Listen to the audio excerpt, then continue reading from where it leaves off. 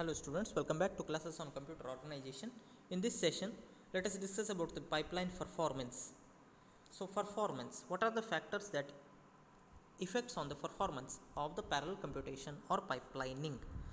Here we are taking an example of execution of an instruction which takes more than one clock cycle. So far, what is the assumption we made? Each and every stage, since there are 4 stages as per our discussion, fetch, decode, execute and write are the 4 different stages we are carrying out. So there are probabilities, okay, where either fetch can take more than one clock cycle or execution can take more than one clock cycle. Here we are taking an example of execution of an instruction, say I2, which is taking more than one clock cycle. As you can see in the diagram, let me highlight it.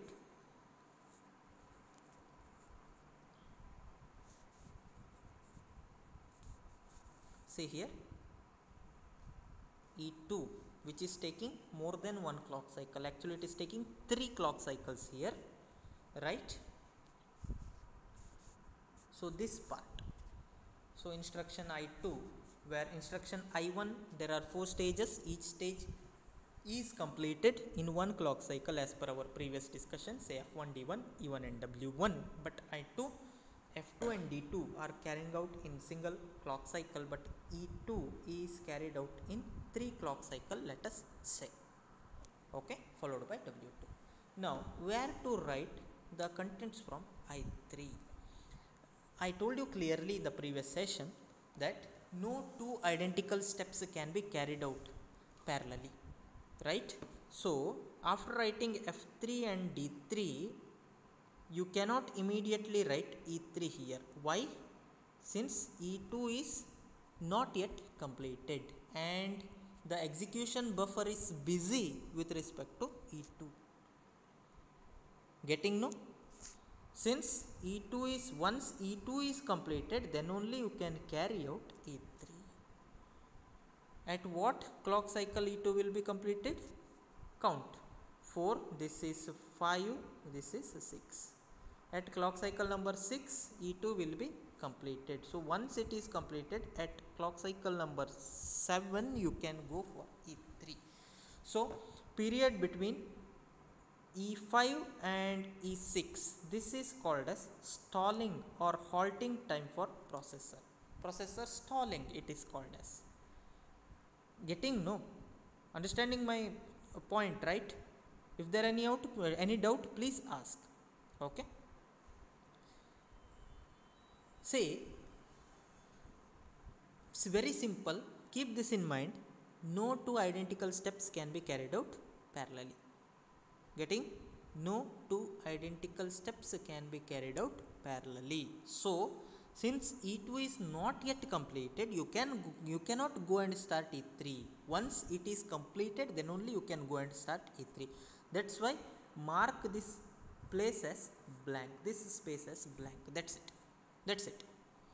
So go for E3, then followed by W3. Similarly, once F3 is completed, you might have asked, sir, why only here F4 should be? Why cannot we start from the beginning? We cannot start it from the beginning, since once F1 is completed, in the next stage only you can go for F2, then you can go for F3. See here, you can go for F4, right? Right? This is like steps, right? So F1, after completion of F1, you go for F2, go for F3, then go for F4 in the next clock cycle. Similarly, see, since after writing F4, you cannot directly write D4. You cannot write, because this is marked as stalling time or halting time for the processor. That halting time or idle time remains. Okay, you can write this D4 only after completion of that stalling period or halting period. Please try to understand this. Okay, if you understand this, then you will easily answer for the concept of performance. Only you have to understand this diagram, that's it. So since we observed this as this stage as the halting stage, these two clock cycle as the halting stage, For the next instruction also it will remain as the halting stage only. Getting no? That's it. Now your questions can be answered easily. See here, after completion of E3 only you can go for E4. You cannot write this E4 before E3, right? After completion of W3 only you can write W4. That's it. If you observe, you will understand. Similarly for I5 as well, you cannot directly write F5 here, since this period is marked as halting stage for the processor. After completion of the halting stage you have to mark the step. What is the step?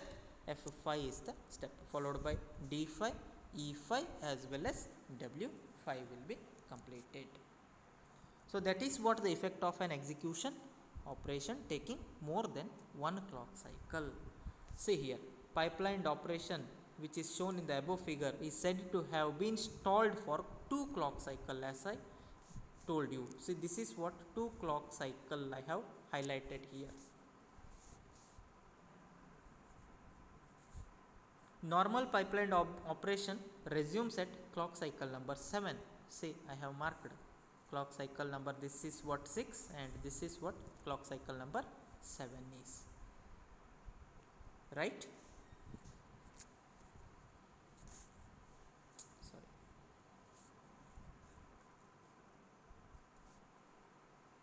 Any condition that causes the pipeline to stall is called as hazard, right?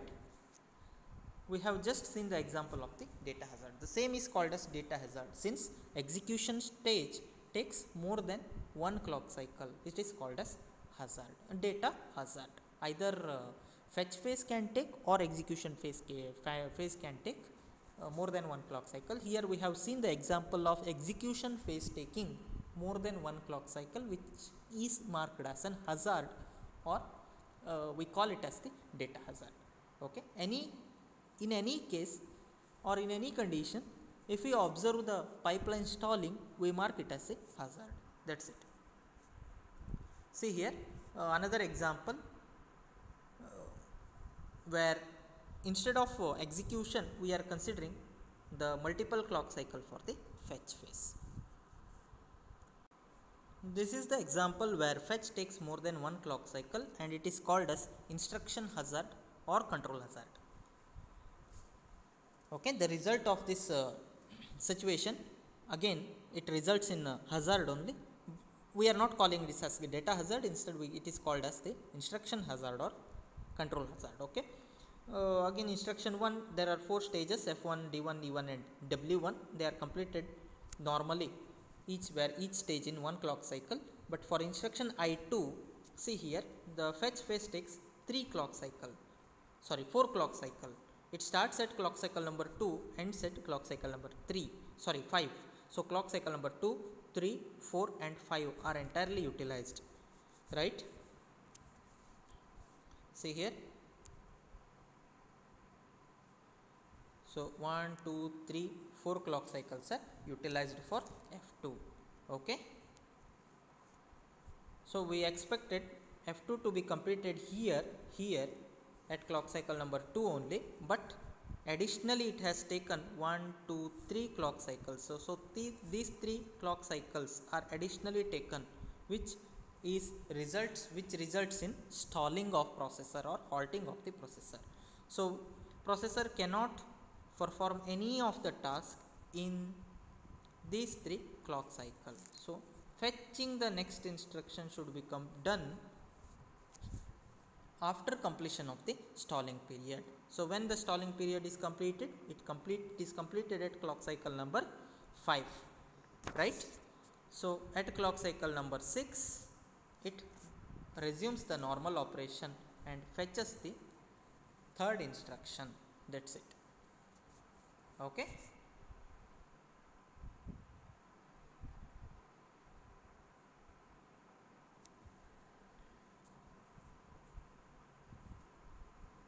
This is the another way of writing the same. Okay, F, D, E and W, various stages are written. So F1, D1, E1 and W1 they are carrying out at first 4 clock cycle. In this way it is written, see, F1 is carried out at first clock cycle, D1 is at second clock cycle, E1 and W1, right, like different stages. See here, see this arrow mark. So this is the timeline, clock cycle number 1, 2, 3 and 4. 4 different tasks are carried out. And yeah, clock cycle number 2, 3, 4 and 5 are utilized for fetching the second instruction only. So clock cycle number 2 is utilized for fetching, 3 also used for fetching the second instruction only, 4 as well as 5 utilized for fetching the second instruction. Clock cycle number 6 is used for fetching the third instruction. See here, this is clock cycle number 6, F3. So for clock cycle number 6, for fetch stage, mark F3. That's it. And observe now, what are the different things we are carrying out at clock cycle number 2. Clock cycle number 2 we are carrying out D1. There is no other parallel task, so F2 and D1 are the tasks. So with respect to decode, mark D1, right, no other task we are performing. Clock cycle number 3 we are performing E1 and F2, so F2 is already marked, right. With respect to decode, it is idle, just leave that space. Then with respect to execute, we are performing E1. Clock cycle number 4 we are performing W1, and here F2 is carrying out, right, processor is stalled, so we are performing W1 and 2 stages, decode also idle or halt, execute also idle or halt.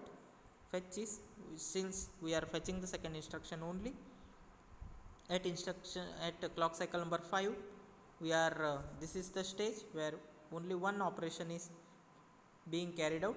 What is that? Fetching the second instruction. There is no other instruction going on parallelly. So F2 we are carrying out at stage number 5. So other things are remain idle only, idle and idle, as you can see, right. Then 6, at 6 D2 and F3, right, F3 and D2, other things are idle. At clock cycle number 7, E2 and D3 are parallelly computed, so D3 and E2 mark it. Then W2 and E3, W2 and E3, finally W3, right. This is the another way or function performed by each processor stage in successive clock cycles, another way of representing the same. Okay, please go through these explanations. Okay, this completes about the effects of various performance factor that causes the pipelining, or various performance factors that affects on the pipelining or multiple or parallel execution.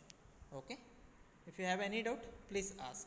Please go through the PDF which I have already shared in the group.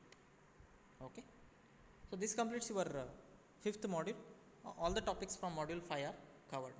Okay, please don't leave any topic, since this module is very easy to understand and very easy to score. Thanks for watching. See you in my next video.